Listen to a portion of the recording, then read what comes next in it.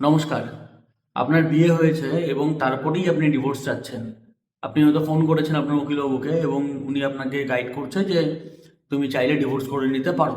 এবার ডিভোর্স তো আপনি করতেই পারেন, সেই ক্ষেত্রে একটা গ্রাউন্ডের বিষয় থাকে। যদি হিন্দু ম্যারেজে হয় প্রায় 11খানার মতন গ্রাউন্ড আছে, যদি স্পেশাল ম্যারেজে হয় সেখানেও 11-12খানা গ্রাউন্ড আছে, এবং মুসলিম ম্যারেজ হলে সেখানে গ্রাউন্ডগুলো অন্যরকম। মুসলিমদের মধ্যে মেয়েরাই ডিভোর্স নিতে পারে ন্যাচারালি, যদি আপনাদের রেজিস্ট্রেশন না হয়ে থাকে।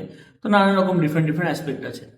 এবার বেসিক কনসিকোয়েন্স যেটা, যে আমি আজকে যেই বিষয়টা নিয়ে একটু আলোচনা করতে যাচ্ছি, যে ধরুন আপনার বিয়ে হয়েছে, আপনি বাড়িতে কাউকে জানাননি, প্রেম করতেন, করে করে একটা রেজিস্ট্রেশন করে নিয়েছেন, এবং রেজিস্ট্রেশন করার মানে 1-2 মাস 3 মাস পরেই আপনার মনে হচ্ছে যে না, এখন আর সংসারটা টেকানো মুশকিল হবে, বা আমরা সংসারটা করতে পারবো না, আমাদের দ্বারা সংসার হবে না, কোনো কারণবশত আপনাদের মধ্যে একটা বিচ্ছেদ চলে আসছে। এবার কনসিকোয়েন্স এরকম আছে যে আপনার হয়তো ফ্যামিলি মেম্বাররা কেউ জানেই না সেই বিষয়ে, আপনারা নিজেরা নিজেরা করেছেন, দু একটা বন্ধু বান্ধব জানে, সেই ক্ষেত্রে আপনি করণীয় কি বা করবেন কি? এবার এরকম আমার কাছে এরকম অনেক ফোন আসে যে আমরা তো এরকম করে নিয়েছি, বিয়েটা করে নিয়েছি বা রেজিস্ট্রেশন করে নিয়েছি, মেনলি রেজিস্ট্রেশনই হয় মোস্ট অফ দি ক্ষেত্রে, যে রেজিস্ট্রেশন করে নিয়েছি, এবার আমরা বিষয়টাকে ডিভোর্স করতে চাচ্ছি, আমাদের কি করণীয়? কিন্তু আমরা কোর্টে যেতে চাচ্ছি না, কারণ কোর্টে গেলে কেউ না কেউ চেনা পরিচিত বেরিয়ে যাবে, লোক জানাজানি হয়ে যাবে, বা হয়তো প্রথমে একটা বিয়ে হয়েছিল সেই বিয়েটাকে আমরা ভাঙতে চাচ্ছি বিকজ অফ আমার বাড়ির থেকে যে অ্যারেঞ্জ ম্যারেজটা করেছে, অ্যারেঞ্জ ম্যারেজটা রেডি করছে, তার সাথে যখন রেজিস্ট্রেশন করতে যাব সেখানে তো আমাকে ভাই ম্যারিড দেখাবে, বা ডিভোর্স হয়ে গেলে ডিভোর্সই দেখাবে, তাহলে আমি কি করব? আমি এই ভ্রান্ত ধারণাগুলোকে একটু মিটিয়ে দেওয়ার চেষ্টা করছি। দেখুন, আপনাকে সবার প্রথমে একটা জিনিস দেখতে হবে, যে আপনি যখন বিয়ে করছেন বা একটা রেজিস্ট্রেশন আপনার দ্বারা হয়ে গেছে কোনো কারণবশত, রেজিস্ট্রেশনটা কতদিন হলো হয়েছে। যদি 1 বছরের মধ্যে হয়, আপনারাও বহুবার শুনে থাকবেন যে রেজিস্ট্রেশনের পরে বা বিয়ের পরে 1 বছরের মধ্যে ডিভোর্সের মামলা ফাইল করা যায় না, এটা খুব ধ্রুব সত্য কথা, আইন আছে। কিন্তু 1 বছরের মধ্যে যে বিবাহ বিচ্ছেদ হবে না এমন কিন্তু নয়। 1 বছরের মধ্যে আপনি চাইলে ভয়েড ম্যারেজের মামলা করতে পারেন। এবার প্রসঙ্গে আসি যে ভয়েড ম্যারেজটা কি। ভয়েড ম্যারেজ হচ্ছে এমন, মানে যেই বিয়েটা আপনারা করেছেন, সেটা রেজিস্ট্রেশন হোক, সেটা আপনি মন্দিরে গিয়ে বিয়ে করুন, সেটা আপনি সামাজিক মতে বিয়ে করুন, যেভাবেই করুন না কেন, আপনি একটা বিয়ে করেছেন এবং সেই বিয়েটাকে আপনি এখন ভয়েড চাচ্ছেন। ভয়েড মানে হচ্ছে যে বিয়েটাকেই আপনি চ্যালেঞ্জ করছেন, যে বিয়েটাই আমার ফলপ্রসূত হয়নি, আমি বিয়েটাকেই চ্যালেঞ্জ করছি। কারণ আপনি যদি ডিভোর্সে যান, জিনিসটা বুঝবেন, আপনি যদি ডিভোর্সে যান, ডিভোর্সে যাওয়া মানে হচ্ছে আমি বিয়েটাকে অ্যাডমিট করছি এবং সেই গ্রাউন্ডে আমি ডিভোর্স চাচ্ছি।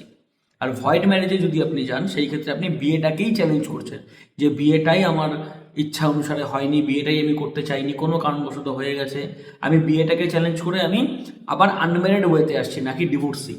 আপনি একটা জিনিস বুঝলেন, আপনার স্ট্যাটাসটা কী দাঁড়াচ্ছে? আপনি প্রথমে সিঙ্গেল আছেন, আপনার বিয়ে হয়ে গেল, চলুন আপনি ম্যারিড হয়ে গেলেন, আপনার ডিভোর্স হয়ে গেলো, আপনার স্ট্যাটাস হয়ে গেলো ডিভোর্সি, আপনি ভয়েড ম্যারেজ করে নিলেন, মানে ম্যারেজটাকে আপনি চ্যালেঞ্জ করে ভয়েড ডিক্লারেশন করে নিলেন, তাহলে আপনার স্ট্যাটাসটা কিন্তু আবার চলে আসলো আনম্যারিডে।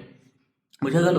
তো এই ভয়েড ম্যারেজ একটা বড় জিনিস। আপনি চাইলে বিয়ের 1 বছরের মধ্যে, চাইলে আপনি যদি বিবাহটাকে যদি আপনি বিচ্ছেদ করাতে চান, সেই ক্ষেত্রে আপনি 1 বছরের মধ্যে ভয়েড ম্যারেজটাকে আপনি ফাইল করতে পারেন।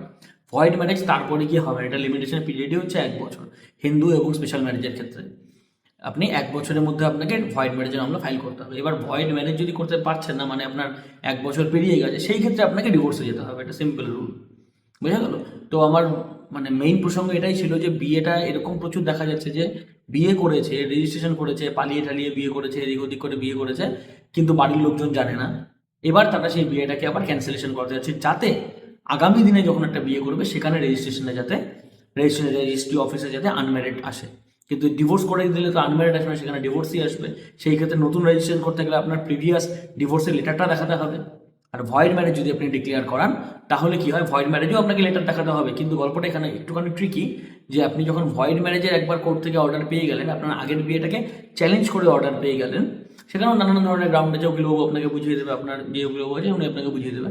আমি ইন জেনারেল বলছি, যে সেখানেও নানান ধরনের গ্রাউন্ড আছে, সেই গ্রাউন্ডগুলো দেখিয়ে আপনি ভয়েড ম্যারেজ যদি একবার ডিক্রি পেয়ে যান, অর্ডার পেয়ে যাচ্ছেন, তাহলে কিন্তু কোর্ট থেকেই ওটা নির্দেশ করে দেয় রেজিস্ট্রি অফিসকে, যে এই মানুষটার ম্যারেজটাকে, এই দুটো মানুষের ম্যারেজটাকে ভয়েড ডিক্লেয়ার করা হয়েছে, সেজন্য এদেরকে আনম্যারিড করে দেওয়া হোক, নাকি ডিভোর্সি করে দেওয়া হোক। সেই ক্ষেত্রে আপনি একটা বড় অ্যাডভান্টেজ পাচ্ছেন, যখন আপনি নতুন বিয়ে করতে যাচ্ছেন, সেখানে ডিভোর্সি আসছে না, সেখানে আনম্যারিড আসছে। বোঝা গেল? ধন্যবাদ।